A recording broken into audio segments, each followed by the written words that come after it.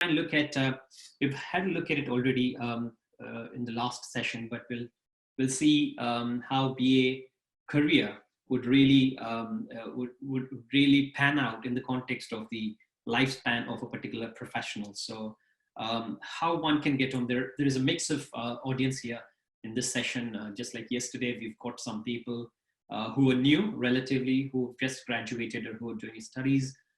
Most of them, of course, most of you are, of course, in the midst of your career, either in the IT profession or alternate professions. Some of you I know are working as in the technology space, either programmers or architects or solution architects or something, or even QA testing.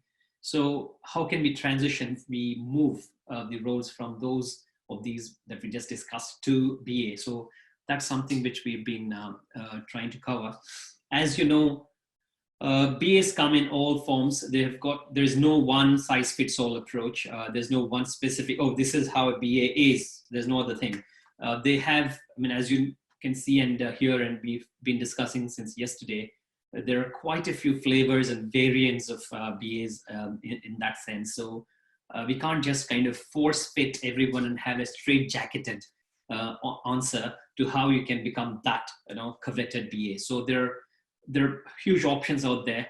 But just to put simply, from my view, there are two different types of BA. So one is a domain BA, or a subject matter expert BA.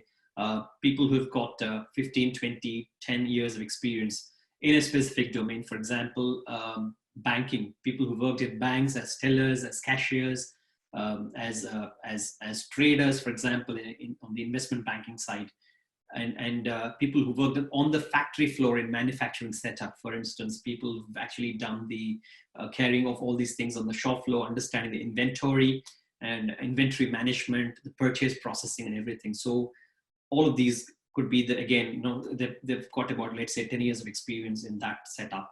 And similarly, if you've got somebody in the retail, people who actually worked in the retail space in shops as either salespersons or as shop floor managers or as shop supervisors, for instance. So these are the people who actually have got, let's say, not even 1 year of IT experience, but they've got the respective experience in their own domain. It could be manufacturing, banking, healthcare. It could be hospitality industry, retail, anything. So in that particular industry, they've got, let's say, 10 years, 5 years, 6 years, or 15 years of experience.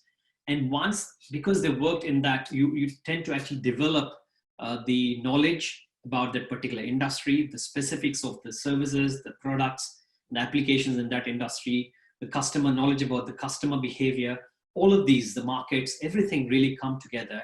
And that's what we call as domain knowledge. So the BAs who have got this kind of experience, when they move, they can become, these people, irrespective of whether they've got IT knowledge or not, they can become a business analyst because they've got the knowledge of the business domain. They can transition into the BA. So if you're one of them, you can definitely do the, can be in the role of a BA. And that is one aspect of it. And bear in mind, because of the fact that these people have got domain knowledge, they do not necessarily, all of them, understand the typical aspects of how requirements are gathered, how they're captured, defined, specified, communicated, all the sense that, in the sense, all the things that we're going to go through, they might not have that knowledge. So don't assume that just because they're good in that particular domain, they would be the best people to actually communicate that. Some people may not be communicative, they might not like it. Some people don't like to document. So all of these things come into picture. So they might need training as well. So it's not that they have got perfect, 10 years of experience in this, in the retail industry, great. It'll be a great BA, not necessarily. And the other type of BA, simply put, as I say, is an IT business analyst, or a business, or in the traditional context of how business analysts really started in the good old 70s and 80s in the US. So these are the people who understand a bit about the systems, about the computing, how the IT system work, how the IT workflow is, what are the different processes, methods, approaches, and then they would actually kind of understand the intricacies a little bit better than that. But they you need not necessarily know the coding. You don't need to be a programmer like Python. You don't need to know Python. You don't need to know the aspects of all the how a Jupyter notebook, for example, works on data science. But you know a little bit about, let's say, regression.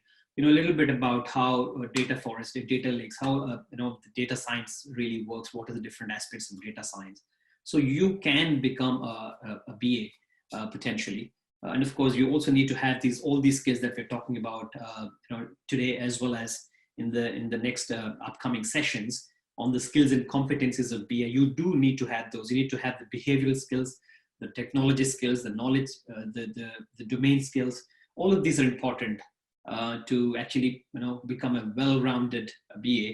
But that would be a good start. So that's the IT BA. So if you ask me, these are the only two types of business analysts that I would see. I would classify the whole world. Either you are a domain BA or an IT BA. And then within that, you've got different flavors.